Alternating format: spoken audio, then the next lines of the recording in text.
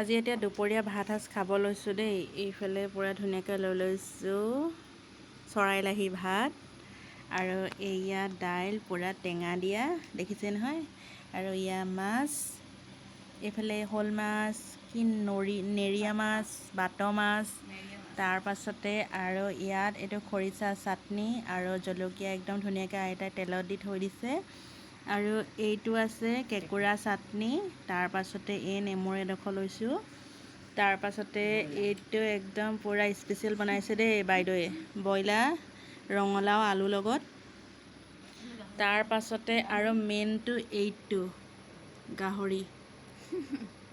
কোনে কোনে ভাল পায় গাহৰি খাই, এয়া চাওক পূৰা একদম ৰঙা ৰঙাকৈ ফ্ৰাই। এতিয়া খোৱাৰহে কথা আৰু দেই, পূৰা এক থালি এতিয়া খাই লওঁ আৰু আজিৰ খানা।